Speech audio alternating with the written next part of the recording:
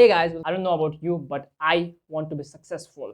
Yes, success. So, in this video, we'll be talking about 7 study techniques that all the successful students use. So, success is on our way. Let's get started.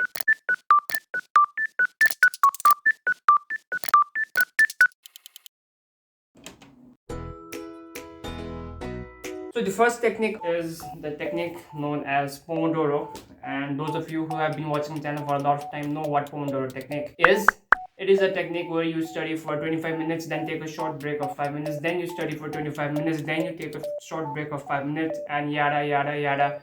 Do this for 4 times and then take a longer break of 30 minutes. This technique specifically helps for students who find it very difficult to study for a long duration of time. So what you do is you hack your brain.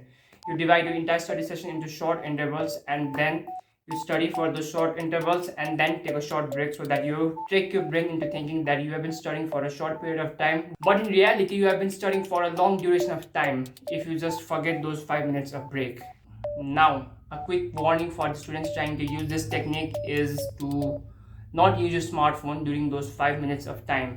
Those 5 minutes are nothing but an escape for your brain from the task of studying. So your mind should be relaxing during those 5 minutes of time. So that's the reason. Just do anything but study or use your smartphone during those 5 minutes of break. Examples of things that I do during those 5 minutes of break are go for a quick walk, make a cup of coffee, just think about the topics I've been studying, think about my exams coming up, and all those things that help your mind stay calm and get ready for your next chunk of 25 minutes. So this is all about using the Pomodoro technique. Some of the apps that you could use to help you track your timing of those 25 minutes are an app known as Focus To Do, or you could just use your stopwatch. It does not matter. The main thing is you should be studying at short intervals and then taking a break. So that is all about Pomodoro technique. Let's move on to the second technique on our list. So the second technique on our list is active recall, and guys, this is perhaps the most important topic out of all the topics that we'll be covering on this video. Active recall is the process of retrieving the information from your brain and putting it on a piece of paper. Now let me talk to you guys about something that happens in a traditional classroom.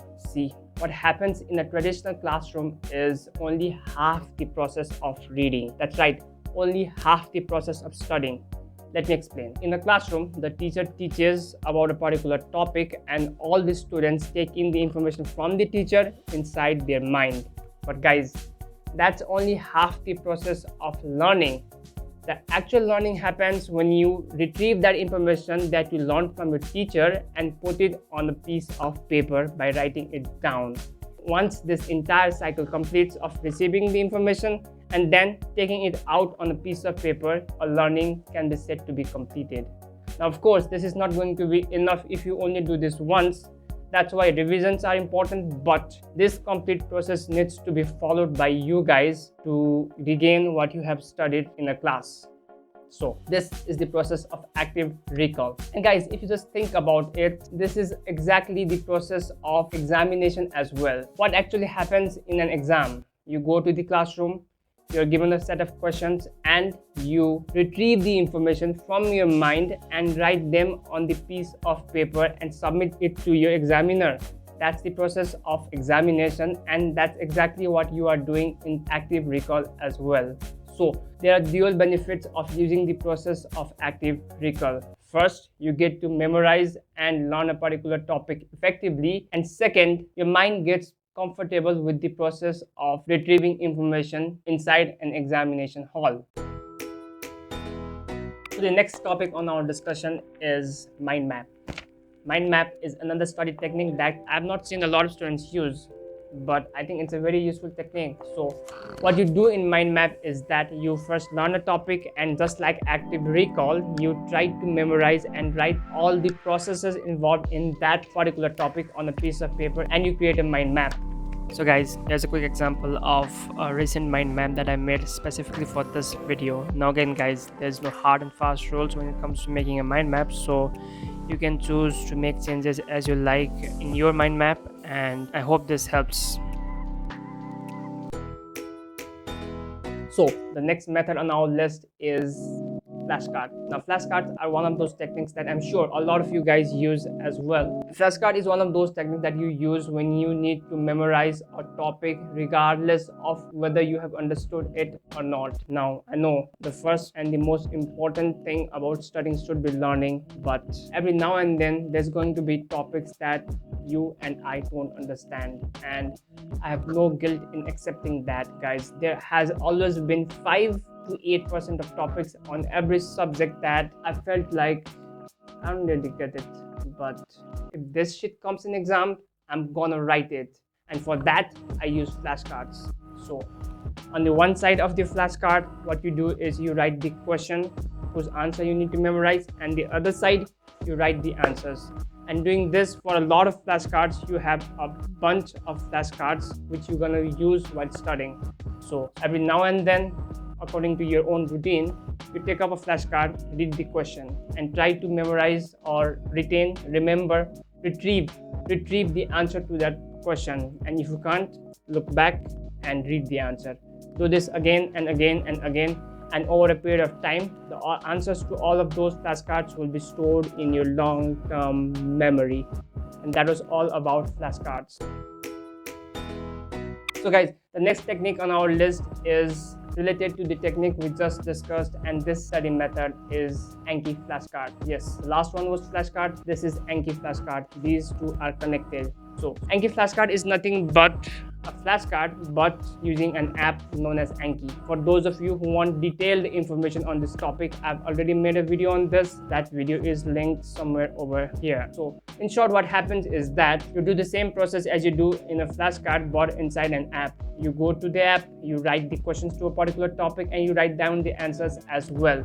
But the key difference here is that this app Anki has an algorithm of its own, and it notices whether you understand that particular topic well enough or not, and that understanding that it has about your memory is on the basis of feedback that you yourself give to the app. See, whenever you answer a question on the flashcard, you are given a couple of options. One is easy, one is medium, and one is hard.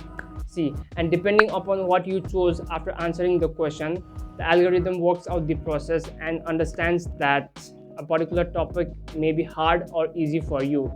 So for example, if you selected a particular topic to be easy on the app notices that this topic is easy for you, so you need not remember it in your near future. So that particular topic gets shuffled back in the algorithm, and it will be asked to you after around a month. But those topics where you ticked hard or difficult will come up again and again every 10 minutes. So what happens is that you keep on coming in front of your difficult topics, and you got to face them, and those easy topics that you know will come back to you every now and then. So it helps you focus on your difficult and important topics. So it is a very, very useful app. The app is called Anki. You can download it from the Play Store. Link will be in the description. So next technique on our list is summary notes. While this may sound pretty simple, but not a lot of students take the advantage of this technique.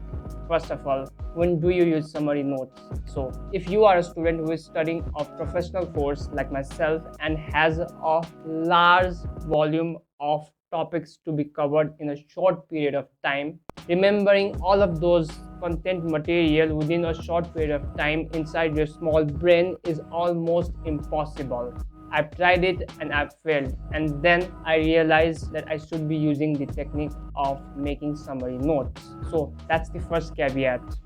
Only use summary notes if the topics that you need to cover are very, very large. Now the second thing that you need to note is quality versus quantity. Now guys, think about it. The main reason that you are using summary notes is that the number of topics that you need to cover are very, very large, and the summary notes that you make from those textbooks happens to become as big as your actual textbook itself, then there's no use of making summary notes. So be very, very smart while making your notes, and only include the key points or key terms that you'll need to incorporate in your exams inside those summary notes, so that they become crisp and small. and they can be memorized during your exam days. So that's another important caveat to note.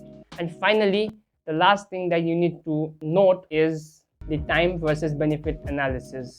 Now this brings me back to the first point I said while discussing this technique is the volume of topics that you need to cover. For example, if you are a student whose textbook looks something like this instead of someone whose textbook looks something like this, of course the first set of students need not make summary notes, because that's only going to be a waste of time, because your textbook is already quite small and studying from that textbook itself could be more beneficial for you. But for the second set of student who has a very huge textbook and has to cover a lot of ground, for that student making summary note makes a lot of sense and could be beneficial. So do your time versus benefit analysis and decide accordingly.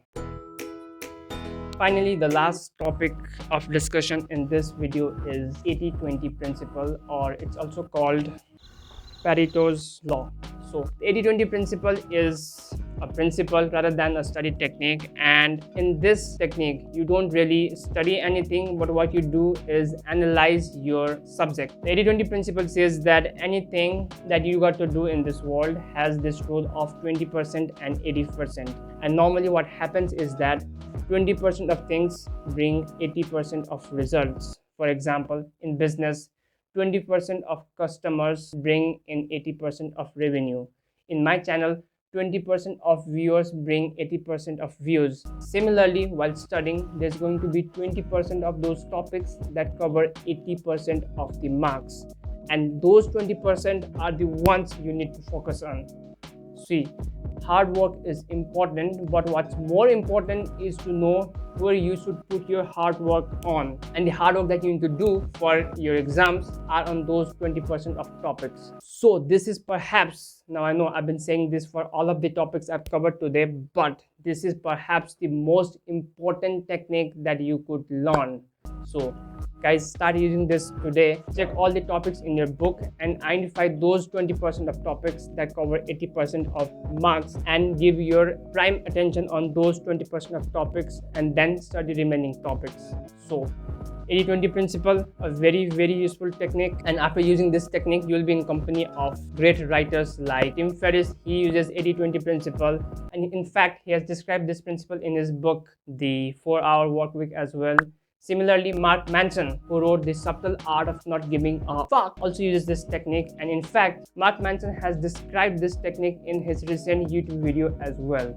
So you are in good company if you are using this technique, so please definitely try this out. 80-20 principle, or the Paretos law. So guys, that was all about the video today. I discussed all the 7 topics that all the successful students use with you guys, and those 7 topics in a quick summary were Pomodoro Technique, active recall, summary notes, mind map, flashcards, Anki flashcards, and 80-20 principle, or the Paretos law. So guys, go ahead and become successful.